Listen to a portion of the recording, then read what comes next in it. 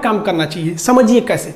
देखिए चाइना जो है ना मैन्युफैक्चरिंग हब है, पूरी दुनिया वहीं सामान बनाती है क्योंकि वो थोड़ा सस्ता पड़ता है। उसके यहाँ लेबर सस्ते हैं, एकदम टाइम पे आ जाते हैं, कोई लेबर का सुनता नहीं है, हर चीज़ है, जिस वजह से उसका सामान सस्ता पड़ता है। और वो मास प्रोडक्शन करता है, थोड़ा सा नहीं बनाता है, एक ही बार 1 करोड़ बना देगा। अब आप इतनी सा सब्जी बनाइए या इतना बनाइए, जानते हैं ज़्यादा बनाने में खर्च कम आता है, इसलिए चाइना का प्रोडक्ट बहुत सस्ता होता है। ये जो टेम्पर ग्लास हम लोग मोबाइल पे लगाते हैं ना, चाइना पे 3 रुपया में पड़ता है। 31% टैक्स जोड़कर और जो पूरा ट्रांसपोर्ट का खर्चा जोड़कर हमको वो जो टेम्पर ग्लास पड़ता है 4.5 रुपया में पड़ता है। 45 रुपया नहीं दिखा है, 4.5 रुपया में टेम्पर ग्लास पड़ता है, जिसको आप लोग दिल्ली मुंबई में 10 रुपया से 40 रुपये में लगवाते हैं। अब बताइए इतना सस्ता है तो हम कैसे रोक सकते हैं उसको।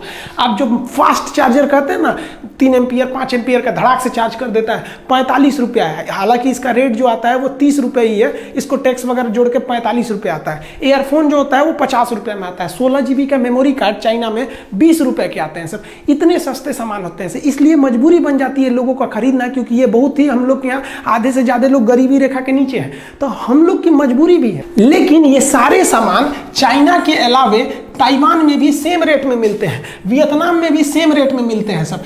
तो हम लोग क्यों ना फिलहाल सब्स्टिट्यूट के रूप में हम लोग ताइवान से खरीदें, ताइवान से, वियतनाम से। ये दोनों चाइना के दुश्मन हैं, इससे हमारा 2 फायदा होगा। चाइना से हमको आयात में भी घट जाएगा और हमको सेम रेट पे सामान चाइना के दुश्मनों से मिलेगा। ये शक्तिशाली होंगे, हमारे लिए अच्छा है।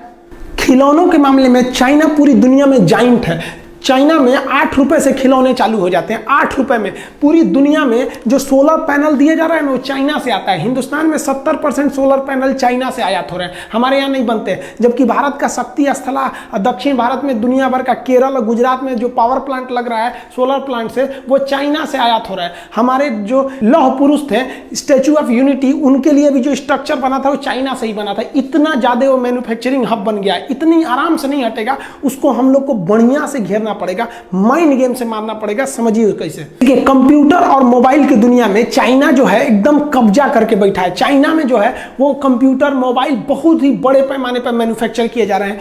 ये जो कैमरा होता है ना, शादी ब्याह में रिकॉर्डिंग वगैरह करते हैं, उसका भी चाइना बहुत बड़ा हब है। सीसीटीवी कैमरा का चाइना बहुत ही बड़ा एक्सपोर्टर कंट्री है। चाइना के पास हर तरह के सीसीटीवी कैमरे होते हैं। जनरली 2 टाइप का हम लोग यूज करते हैं। गोल वाले को कहते हैं डोम कैमरा, ये चौड़ाई में देखता है और वाटर प्रूफ नहीं होता, इसलिए इसे घर के अंदर लगाया जाता है। और ये जो लंबा वाला होता है इसे कहते हैं बुलेट कैमरा, ये लंबी दूरी को देखता है और वाटर प्रूफ होता है, इसलिए इसे बाहर भी लगाया जा सकता है, इसलिए इसे इंडोर, इसे आउटडोर कहते हैं। इस तरह के सीसीटीवी कैमरे के लिए चाइना बहुत बड़ा उत्पादक है। चाइना के आप किस किस सामान का बाइकआउट करने को कह रहे हैं? आपको पता है जो पीवीसी टेप चिपकाया जाता है ना, तार वगैरह को चिपकाने के लिए, चाइना से आता है। छोटे बच्चे जो कंचा गोली खेलते हैं ना, वो चाइना से आता है। चाइना अपने कस्टमर्स का बहुत ही ख्याल रखता है, लेकिन इंडिया वाले क्या करते हैं, कस्टमर का ख्याल नहीं रखते, अपना मुनाफा कैसे होगा। अब सोचिए छोटा बच्चा गोली खेलने जाता है, सोचता है गोली बड़ा रंग बिरंगा हो, एक साइज का हो, एकदम बिल्कुल गोल हो। हिंदुस्तान का गोली देखिए टेढ़ ऐसे रहता है, इंडिया का लड़का लेता ही नहीं, कहता है चाइनीज गोली दो, एकदम रंग बिरंगा दे दिया।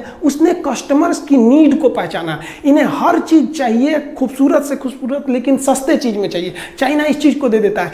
जो आप ये जो टाई देखते हैं, तार जो होता है ना, इसको टाई बोलते हैं लोग। तार 4-5 तार गया रहता है एक पास, तो इसी में फंसा के हम लोग टाई से और इसमें कस देते हैं। ये दोबारा खुलेगा नहीं, फिर काटना पड़ता है। हम लोग रस्सी बांधते हैं ना, तो इसको टाई लगाना पड़ता है। आप जो टाई खरीदते हैं वो चाइनीज रहते हैं। आप जो ये क्लिप हुक खरीदते हैं वो चाइनीज आ गए हैं। सब तार और ठोकने के लिए चाइनीज कांटियां आ गई हैं। किस चीज का बहिष्कार कीजिएगा आप लोग? जो हम लोग मेहंदी लगाते हैं ना, महिलाएं मेहंदी लगाती हैं, अपने यहाँ कहा जाता था जिसकी सास बहुत मानेगी उसी का मेहंदी लाल होगा। ससुरा चाइनीज मेहंदी आ गया है, जिसकी सास मर भी गई है उसका भी एकदम खतरनाक लाल कर देता है। और लड़कियां इसी को प्रीफर करती हैं। सुबह शादी में जाना है तो रात में लगाओ, एकदम चटकार लाल कर देता है, और 2 दिन बाद ऐसा उजड़ता है जिसे लगता है कोड़ फूट गया। लेकिन ये लोगों के तत्काल जरूरत को पूरा कर देता है। किस किस चीज को रोकेंगे? महिलाओं का जो कॉस्मेटिक आइटम है उस पर चाइना का कब्जा होते जा रहा है। लिपस्टिक को जो ठोड़ रंगने वाला होता है उससे लेके कॉस्मेटिक, एक से एक क्रीम पाउडर आ गया है ना कि आप चेहरा पे रंगिएगा तुरंत गोरा कर देते। एक चाइनीज कॉस्मेटिक के सामान आ गए हैं, काजल से लेके नेल पॉलिश से लेके किस किस चीज को रोकिएगा, पूरी तरह चाइना भरते जा रहा है। क्यों?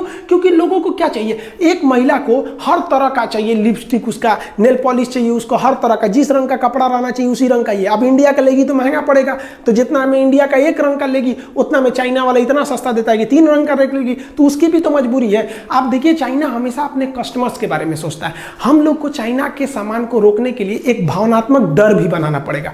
भारत में देखिए ना, मुंह नोचुआ का हल्ला उड़ गया था, चोटी काटने वाला, बाल काटने वाला था। इसी तरह मीडिया को पैसा वैसा खिला के सरकार को ना एक हल्ला उड़ा देना चाहिए कि चाइनीज मेहंदी लगाने से ना हाथ में कैंसर हो जा रहा है, जो महिला ठोड़ रंग ले रही है चाइनीज लिपस्टिक से उसको धोधड़ हो जा रहा है। इसे ऐसे टाइप का एक मनोवैज्ञानिक दबाव बना दो, फॉल्स न्यूज चला दो। हमारे यहाँ तो फॉल्स न्यूज दुनिया भर का चलता है कि 2000 के नोट में चिप था, उस चिप से हम पता कर सकते हैं कहाँ 2000 का नोट छुपा है, कहाँ घंटा चिप था उसमें। चाइना अपने कस्टमर्स का बहुत ख्याल रखता है। देखिए हमारे यहाँ बनारसी साड़ी पूरी दुनिया में फेमस है। बनारसी साड़ी देखिए, ये बहन जी पहनी है, कितना बढ़िया लग रहा है। लेकिन भारत ने अपनी बनारसी साड़ी एक सूडान नाम के देश को निर्यात किया, वहां से रिजेक्ट हो गए सब, भारतीय साड़ी बर्बाद हो गए। लेकिन वहीं पे चाइनीज साड़ियां चल गई, क्योंकि सूडान की जो महिलाएं होती हैं इस तरह से होती हैं। अब ये वाला साड़ी उनको पहना दीजिएगा तो लगेगा समियाना ओढ़ ले भाई, उसमें थोड़ा सा चेंज करना पड़ेगा ना। उनकी हाइट 6 फीट होती है, हमारे यहाँ 5.5 फीट की लड़कियां होती हैं सब, तो सड़िया को थोड़ा सा चौड़ा करना पड़ेगा ना, नहीं तो यही वाला पहना देंगे उन लोगों को तो स्कर्ट की तरह लगने लगेगा, रिजेक्ट हो गया। हम लोग कस्टमर्स का ध्यान नहीं रखते हैं, चाइना बहुत ही ध्यान रखता है। वो कोई भी चीज बेचने से पहले अपने टॉप ग्रेड के अधिकारियों को भेजता है अब पता करने के लिए कि पता करो वहां कस्टमर की डिमांड कितनी है, कितना पैसा खर्च कर सकते हैं। आप देखेंगे भारतीय टॉर्च इस तरह के थे, सजुरा में महीना में 50 रुपया के सेले लग जाता था, चलाइए तो फिर ढीला हो जाता था, चलते चलते बुझ जाएगा। एक बार हमारे यहाँ सांप निकला था, खोज रहे थे तो बुझ गया। यहाँ पे चाइना आया तो देखा लोगों की सोच कैसी है, तो चार्जिंग वाला टॉर्च लगा दिया, अलग से चार्जर नहीं, उसी में एक तो दे दिया कि भैया पीछे से चार्ज कर दो, आगे से फोक्स मारने वाला लगा दिया, खड़ा कर दीजिए तो इधर से चौड़ा रोशनी मारेगा, कस्टमर के हर एक डिमांड को पूरा कर दिया। वो अलग बात है कि अभी मोबाइल का फ्लैश लाइट इतना ना आ गया है कि अब टॉर्च धीरे धीरे विलुप्त हो रहा है। मेरा कहना है कि कितनी चीज को जोड़िएगा, बहुत से ऐसे चीज तो आप जानते नहीं है जिसको यूज करते हैं कि वो चाइनीज है। आप 2-4 चीज जानते हैं, एक तो मोबाइल, टीवी, ये सब चीज जान गए कि चाइनीज है, भगाओ इनको भगा देने से चाइना भाग जाएगा, नहीं। हमको ये मौका नहीं गंवाना चाहिए। भारत सरकार चाइनीज सामानों पर 31% टैक्स लगाती है। अब WTO थोड़ा दबाव बनाता है सरकार के ऊपर कि आप दूसरे के सामानों को आयात करने से नहीं रोक सकते हैं, आपकी पब्लिक रोक दे तो अलग बात है। तो इसमें हमारा काम है कि हम उसे रोकें, लेकिन हमारी मजबूरी भी तो है, हमको उतना सस्ता सामान चाहिए। बहुत से लोग हैं जो नहीं अफोर्ड कर सकते हैं, जो गरीब लोग हैं वो मजबूरी में चाइना का इस्तेमाल करेंगे। उनको तो इतना नहीं पता है कि made in China, made in India कहाँ लिखा है, पढ़ने भी नहीं आता है। तो भारत सरकार को क्या करना चाहिए कि चाइनीज सामानों का जितना सब्स्टिट्यूट वियतनाम के पास है, ताइवान के पास है, उससे आयात करना चाहिए और उन पर टैक्स को महज 5% कर देना चाहिए, जिससे कि उनके सामान सस्ते लगने लगेंगे, चाइनीज सामान महंगा लगने लगेगा। इसके टैक्स को 31 से बढ़ा के 41 कर देना चाहिए ताकि इसके सामान और महंगे हो जाए। जो बंदरगाह हैं जहां से विदेशी सामान आते हैं, वहां अपने अधिकारियों को गुप्त रूप से ट्रेनिंग दे देना चाहिए कि चाइनीज सामानों को ना इतना ना टॉर्चर कर देना, उसको जो उड़ीसा का सामान रहेगा तो जम्मू कश्मीर भेज देना, आसाम का रहेगा ससुरा को लुधियाना भेज देना, इतना टॉर्चर कर देना। इंडिया को कह देगा भाई हमारे यहाँ यही सिस्टम है, ताकि उसको लेट किया जा सके। चाइना यही करता है अपने देश में, दूसरे देश की कंपनियों को घुसने नहीं देता है। और वियतनाम जो ताइवान से कंपनियां हैं उनको सहूलियत दीजिए, धीरे धीरे इंडिया के जो डिस्ट्रीब्यूटर हैं, होलसेलर, वो कहेंगे यार चाइनीज सामान छोड़ो यार, उन सबको ले आने में बड़ी माथापच्ची हो जाता है, उससे अच्छा ताइवान से लो जब सेम रेट में मिल रहा है, वियतनाम से लो सेम रेट में मिल रहा है। चाइना तंग आ जाएगा, फिर चाइना आप पे दबाव बनाएगा। तो चाइना से कहना पड़ेगा भैया साफ देखिए कि भाई आप हमारे देश में बेचिए, नो डाउट बेचिए, हम आपको 31% की जगह 25% टैक्स लेंगे, 20% टैक्स लेंगे, लेकिन आप भारत में कारखाना खोलिए। भारत में कारखाना खोलेगा तो भारत को बहुत फायदा, जमीन भारत से खरीदेगा, यहीं से ईंटा उटा खरीद के बिल्डिंग बनाएगा, यहाँ जब उत्पादन करेगा तो भारत की GDP बढ़ेगी, यहाँ के लोगों को रोजगार मिलेगा। क्या अपने यहाँ से मजदूर को थोड़ी लाएगा, ले आ दिया तो और फायदा। क्यों? क्योंकि जब आप देखिए पटना में लड़के पढ़ने जाते हैं, दिल्ली में पढ़ने जाते हैं, तो बाहर से जैसे लड़के आते हैं ना, तो वहाँ का मकान मालिक राजा हो जाता है कमा के, वहाँ दुकानदार, सबको फायदा हो जाता है। तो और अच्छा है ससुरा, चाइना से लोग आओ यहाँ पर, यहीं के सामान खरीदोगे, यहीं पे घूमो फिरोगे, और फायदा हो जाएगा।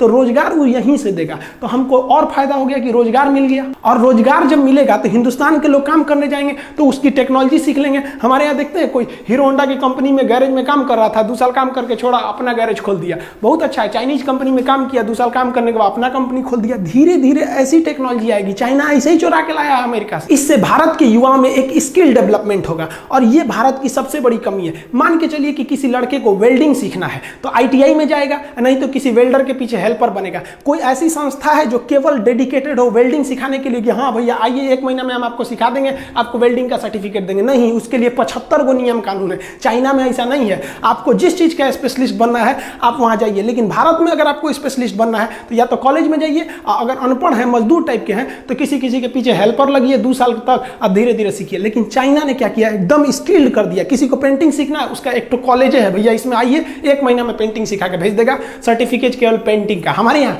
ITI, IIT, BE, BTech, MTech, lab मार डालेगा उसको पढ़ा के। जो चाइनीज ऐप हैं जैसे टिकटॉक है, वीमैट है, वीचैट है, बहुत ज्यादा 52 से ज्यादा ऐसे ऐप है जिसको सरकार ने बैन किया है, उस पर निगरानी रखने के लिए कहा है, अभी बैन नहीं किया है। ये अपना डाटा जो है ना उसको स्टोर करते थे चाइना में। जैसे मान लीजिए आप शादी में गए, कोई रिकॉर्डिंग किए, तो वो रिकॉर्डिंग कहाँ आता है, आपके मेमोरी में। हम ये यूट्यूब पे वीडियो बना रहे हैं, ये ना आपके मेमोरी में ना मेरे मेमोरी में, ये कहाँ गया, तो ये यूट्यूब के सर्वर में गया। तो भारत सरकार को भी चाइना के जितने भी ऐप हैं कहना चाहिए कि भैया तुम ऐप आओ, क्योंकि तो तुम तो है प्ले स्टोर पे, हमारे पे तो हो नहीं, आओ, लेकिन तुम जितना डाटा यूज करोगे ना उसको भारत में रखना पड़ेगा। अब वो भारत में रखेगा तो उससे भारत में भी रोजगार बढ़ेगा और हमारे डाटा भी लीक नहीं हो सकते हैं, और धीरे धीरे उसको दबाव बना के धीरे धीरे पब्लिक ही छोड़ सकती है, क्योंकि WTO के नियम के हिसाब से गवर्नमेंट किसी पे जबरदस्ती बैन नहीं लगाएगी। चाइना के सामानों को बाइकआउट नहीं कराना है, उन ससुरों को मंगाना है और यहीं बनवाना है। ऐसा दबाव बनाना है कि अगर नहीं बनाएगा यहाँ पे ना, डायरेक्ट मंगाएगा ससुरा पे 40% टैक्स, और वियतनाम और ताइवान के सामानों को प्रीफर करेंगे, और बनाएगा तो भैया 20% टैक्स। बनाओगे तो तुम हमेशा के लिए मरोगे, आप भेजोगे तो डिस्टर्ब होकर मरोगे। मतलब चाइना ना तुमको कह के लेंगे। चाइना में क्या होता है ना, वहां अधिकारी बने हैं, जैसे जिला की जिम्मेदारी DM की होती है ना, चाइना में क्या होता है, हर जिला में ना एक उद्योग वाला अधिकारी होता है, उसकी जिम्मेदारी है कि इस साल तुमको इतनी कंपनियों को यहाँ खुलवा देना है, इतनी कंपनियों को सुधार ला देना है, उसकी जिम्मेदारी है। और हमारे यहाँ किसी भी अधिकारी को कोई जिम्मेदारी नहीं, उसको डर और जरूरत है ही नहीं है। डर और जरूरत का होना जरूरी है। सरकारी नौकरी में हो गया, डर खत्म, नौकरी जाएगा नहीं, जरूरत खत्म, 1 तारीख को तनख्वाह आइए जाएगा। हमारे यहाँ इसे चौपट कर दिया सब, हमारे यहाँ के अधिकारी सबको। आप जाइए ना भारत में, अपना आय प्रमाण पत्र, मृत्यु प्रमाण पत्र बनाइए ना, एक आदमी मर गया उस ससुरा का सर्टिफिकेट बनाने में 1 महीना लगा देगा सब। तो विदेशी कंपनियों को टॉर्चर करके रख देता है सब, इसलिए भारत में आने से पहले कंपनियां डरती हैं, जबकि जानती हैं कि हमारा माल भारत में इतना खप जाएगा कि हम कमा के लाल हो जाएंगे। लेकिन हमारे यहाँ के अधिकारी उनको ऐसा न रगड़ देते हैं कि बेचारे भाग जाते हैं यहाँ पे। तो भारत सरकार को भी ना अपने सुझाव में उनके सलाहकारों को एकदम ट्रेनिंग देना है, एक अधिकारी बैठा के भेजना है दिल्ली में, मुंबई में, जहां भी इंडस्ट्रियल हब है, कि हमको हर साल यहाँ 200 फैक्ट्री बढ़ जाना चाहिए, नहीं तो ससुरा गोली मार देंगे तो हम यहाँ पे। डर बिना प्रीत कहाँ। भारत सरकार के उद्योग मंत्रालय पे एकदम कड़ा डिसीजन लेना चाहिए। लिस्ट बनाइए उन चीजों का जो चाइना ज्यादा प्रोडक्ट करता है, जिसका पब्लिक ज्यादा यूज करती है, और उन सारे चीजों का कारखाना 1 साल के अंदर अंदर खुल जाना चाहिए, ना तो नौकरी से भगा देंगे। हमारे यहाँ अधिकारी ससुरन का तोन निकल गया है, इतना कोई मतलब नहीं है क्या हो रहा है क्या नहीं, सरकारी नौकरी लग गया। देखिए चाइना को इतना टॉर्चर करना है कि उसको फैक्ट्री मजबूरन भारत में खोलना पड़े, और जब भारत में फैक्ट्री खोल देगा ना तो हम लोग हो जाएंगे मकान मालिक और चाइना हो जाएगा किराएदार। अब कोई भी किराएदार मकान मालिक से ऐंठ के नहीं बोलता है, जानता है कि हमारा सब फैक्ट्रियां वहीं पे है, सोच रहा रोक देगा तब। कोई भी देश चाइना से ऐंठ के क्यों नहीं बोलता है, क्योंकि जानता है सोच रहा वहां पे हमारी कंपनी फंसी हुई है। अमेरिका भी शांत रहता है, उसकी करोड़ों करोड़ की कंपनियां का वहां पे इन्वेस्टमेंट है। तो भारत सरकार को इन्वेस्टमेंट लाना चाहिए, इससे FDI भी बढ़ेगी भारत सरकार की। इससे चाइना पर बहुत बड़ा प्रेशर आएगा, क्योंकि उसकी कंपनियां उस पर प्रेशर लगाएंगी, भैया मेरा वहां पे सब फैक्ट्री फंसी हुई है। और हम लोग को यह नहीं कहना पड़ेगा कि बाइकआउट चाइना, भैया भारत में ना बन रहा है, यहाँ पे 1 नंबर का काम हो रहा है। अब यहीं से बना के तुम बगल में बेचो, पाकिस्तान को बेचो, श्रीलंका को बेचो, किसी को भी बेचो, लेकिन हमारे यहाँ मैन्युफैक्चरिंग हब बनाओ। हमारे यहाँ बेचना है तो बनाना पड़ेगा, नहीं तो भाड़ में जाओ ससुरा।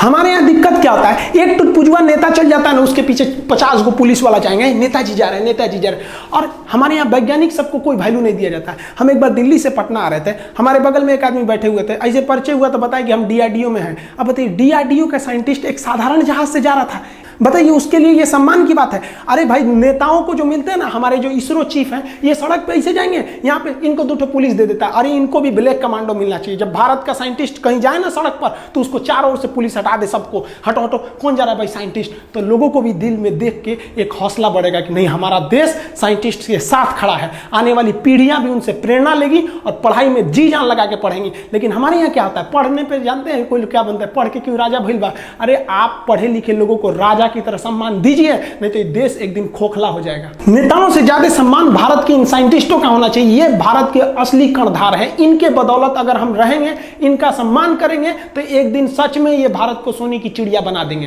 आपने कभी सोचा कि भारत के बड़े बड़े IIT इंजीनियर क्यों भारत छोड़ के चले गए? क्योंकि उनको वहां बेहतर प्लेसमेंट मिलता है, बेहतर जॉब मिलता है। हमारे यहाँ क्या मिलता है, इन लोग को नेताओं के दल्ला बना के रख देते हैं लोग। कभी कोई टेंडर में इनको फंसा देगा, कहीं भी किसी न किसी चीज में फंसा देगा, अगर इन नेताओं की बात नहीं सुनेंगे तो। आपको पता है आरबीआई के गवर्नर रघुराम राजन जी इतने बेहतरीन इंसान, आरबीआई की जब ये रिटायरमेंट हुए तो ये अमेरिका में जाके प्रोफेसर हुए। सोचिए इनसे पढ़ा हुआ लड़का कितना आगे जाएगा। हम अपने देश को धीरे धीरे खोखला करते जा रहे हैं। ये एक तत्काल रिजल्ट होता है कि चाइनीज के सामानों को बाइकआउट कर दो, ये बहुत लंबा पीरियड तक ये नहीं चलेगा।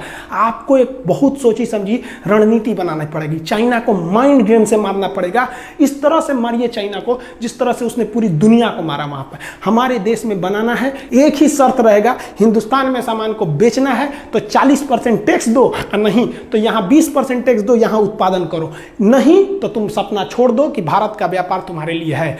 इसके बाद बाइकआउट कीजिए अगर चाइना इस पर रेडी नहीं होता है तब। आगे आप क्या सोचते हैं आप कमेंट करके बताइए। मिलेंगे हम लोग नेक्स्ट वीडियो में, तब तक के लिए जय हिंद।